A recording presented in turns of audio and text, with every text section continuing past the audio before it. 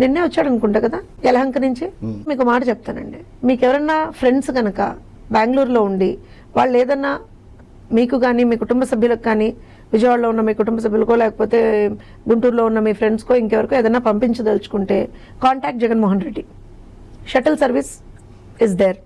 So వాళ్ళు పచ్చళ్ళు పంపించాలనుకున్నా, snacks పంపించాలనుకున్నా, ఇంకేమన్నా పంపించాలనుకున్నా ఖచ్చితంగా జగన్మోహన్ రెడ్డి గారి షటిల్ సర్వీస్లో you can use that shuttle service.